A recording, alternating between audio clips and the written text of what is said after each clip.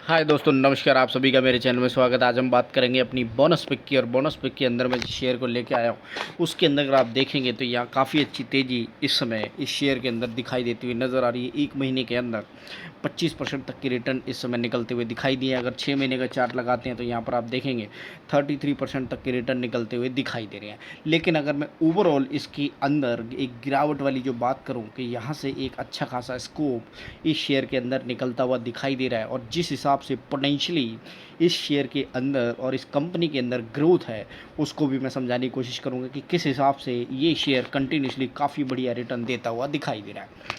Overall मैं आपको एक साल का चार्ट लगाता हूँ जिसके अंदर भी आप देखेंगे तो 33 और 32% तक के ही रिटर्न निकलते हुए दिखाई दिए हैं। और उसके साथ साथ आप देखेंगे इसने लगभग 500 से ऊपर का जो हाई बनाया था वहाँ से फिर से इसके अंदर एक गिरावट आती है, और जून महीने के बाद फिर से इस शेयर के अंदर एक अच्छा खासा इस समय 52 वीक हाई बनता हुआ नज़र आ रहा है। यानी कि शेयर इस समय अपने 52 वीक हाई पर ट्रेड करता हुआ दिखाई दे रहा है।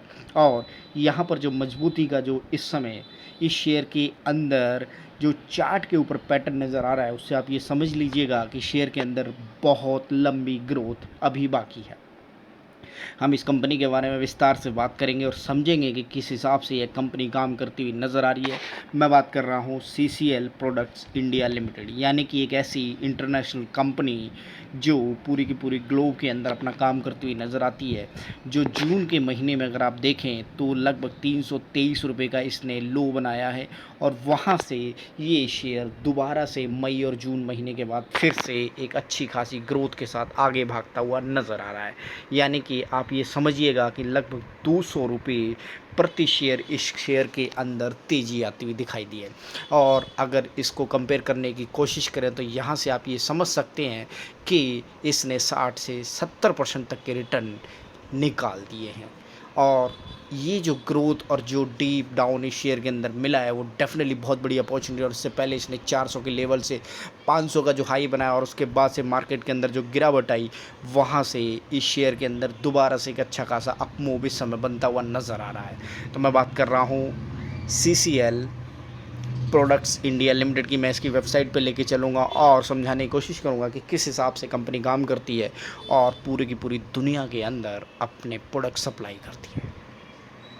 तो ये कंपनी की वेबसाइट है, और कंपनी की वेबसाइट पर जब आप देखेंगे तो यहाँ पर एक चीज़ नज़र आएगी, वो है कॉन्टिनेंटल कॉफ़ी, यानी कि CCL के प्रोडक्ट। यह कंपनी B2B के अंदर काफ़ी बढ़िया काम करती हुई नज़र आती है, और NSE और BSE के ऊपर जिस हिसाब से इस समय ये ट्रेड चलता हुआ दिखाई दे रहा है और जो इसका प्राइस है वो बहुत बढ़िया इस समय फुर्ती के साथ आगे भागता हुआ नज़र आ रहा है। यहाँ पर अगर आप देखें तो काफ़ी बढ़िया तेज़ी से ये कंपनी इस समय चलती हुई नज़र आ रही है।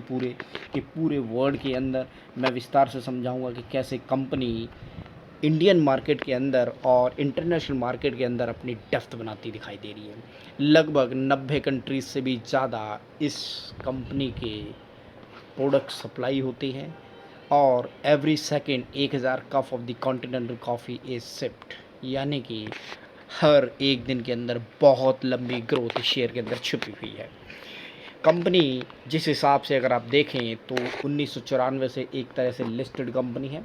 CCL प्रोडक्ट जो नेशनली और इंटरनेशनली B2B के अंदर और खुद रिटेल प्रोडक्ट के साथ कंपनी काम करती हुई नज़र आती है।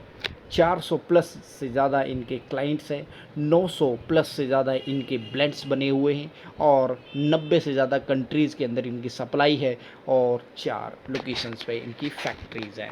Brewing coffee is you like as it is, यानी कि कंपनी कॉफ़ी से रिलेटेड काम में काम करती है। और यहाँ पर मोस्ट ब्रांडेड यानी कि ट्रस्टेड ब्रांड जो है वो कॉन्टिनेंटल कॉफ़ी के नाम से जाना जाता है। और आप जानते होंगे इस समय IRCTC के अंदर भी कॉन्टिनेंटल कॉफ़ी ही सर्व की जाती है, और आपने काफ़ी जगह देखा होगा कॉन्टिनेंटल ब्रांड्स की कॉफ़ी बहुत जगह सर्व की जाती है। और ये कॉन्टिनेंटल जो ब्रांड्स है वो बहुत बड़ा ब्रांड है।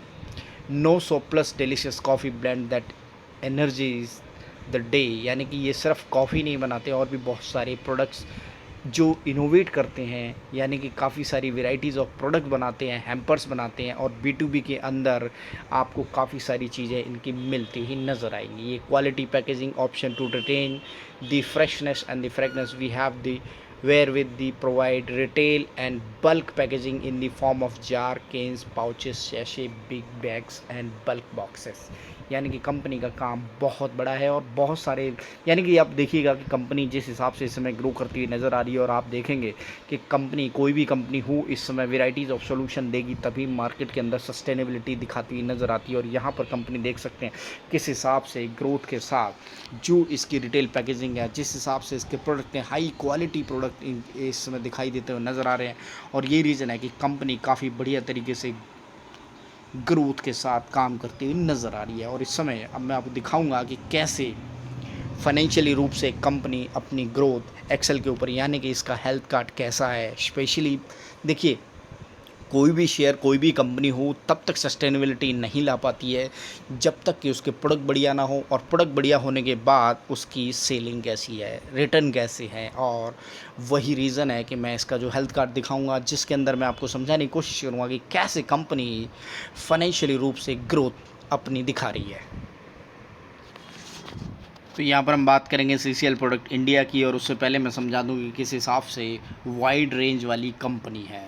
CCL India is engaged in the production, trading and distribution of coffee. The company has business operation mainly in India, Vietnam, Switzerland countries. यानी कि काफ़ी ज़्यादा, जैसा कि पहले बताया कि 90 से ज़्यादा कंट्रीज़ के अंदर इसके प्रोडक्ट सप्लाई होती हैं। और इसकी जो मार्केट कैप अगर आप देखें तो यहाँ पर लगभग 7,000 करोड़ की मार्केट कैप है, 2 रुपये की फेस वैल्यू है, 310 का लो है, 532 का हाई है, और इस समय ये 526 पर ट्रेड करता हुआ नज़र आ रहा है। जिस हिसाब से इसका चार्ट है, आप ये समझ लीजिएगा कि जो सबसे बढ़िया ग्रोथ है वो पिछले 3 महीनों के अंदर ही आती हुई नज़र आ रही है। और इसने लगभग 70 से 80% तक के रिटर्न आपको दे दिए हैं सिर्फ़ और सिर्फ 3 महीने के अंदर। यानी कि जो इसका लो है यहाँ पर 310 रुपये का, वहाँ से फिर से इस शेयर ने अपनी जो तेज़ी दिखाई है वो आने वाले टाइम में डेफिनेटली काफ़ी बढ़िया तरीके से मजबूत होती नज़र आएगी। कॉफ़ी के मामले में अगर आप देखें तो टाटा के बाद, यानी कि टाटा कंज्यूमर, कॉन्टिनेंटल कॉफ़ी, और उसके बाद फिर से टाटा कॉफ़ी, यानी कि आप दूसरे नंबर की कंपनी जो बहुत बड़ी कंपनी है उसके अंदर अगर आप देखें तो मजबूती बहुत बढ़िया नज़र आ रही है इस समय। क्वार्टरली नतीजों की बात करें तो यहाँ पर आप देखेंगे कैसे कंटिन्यूसली ग्रोथ इस शेयर के अंदर है। जी हाँ जी, ग्रोथ बहुत बढ़िया है। 49 करोड़ का नेट प्रॉफिट, उसके बाद 58 का, 53 का और 53 का, यानी कि 4 क्वार्टर का जो डाटा है वो बहुत बढ़िया और प्रीवियस 4 क्वार्टर के डाटा के मुकाबले स्ट्रॉन्गनेस आती हुई दिखाई दे रही है। यानी कि ग्रोथ है, और ग्रोथ के साथ साथ अगर आप देखें तो पोटेंशियल वाला जो बिज़नेस है वो बहुत बढ़िया है। कोई भी कंपनी किसी भी रेस्टोरेंट के अंदर, कैफ़े के अंदर अपनी कॉफ़ी बेचती है तो बिज़नेस आपको एक ही तरफ जाता हुआ नज़र आएगा, और वो है कॉन्टिनेंटल कॉफ़ी को। और जिस हिसाब से कंटिन्यूसली पिछले कई सालों से कॉफ़ी के सेक्टर के अंदर एक अच्छा खासा बूम आया है, वो इसके यहाँ पर नेट चार्ट के ऊपर भी नज़र आ रहा है कि कई सालों से आप देखेंगे इस कंपनी की ग्रोथ उसी हिसाब से भागती हुई नज़र आ रही है। 36 करोड़ के नेट प्रॉफिट के बाद आज देखेंगे तो 213 करोड़ का नेट प्रॉफिट है। पिछले 3 साल के डाटा के अकॉर्डिंग अगर आप समझिएगा तो 182 करोड़ के बाद सीधा 204 और उसके बाद 213 करोड़ का नेट प्रॉफिट इस समय निकलता हुआ दिखाई दे रहा है। यही चीज़ है जो सबसे बढ़िया मायने रखती है कि कंटिन्यूसली किसी भी कंपनी का जो बिज़नेस है वो ग्रो करते रहना चाहिए।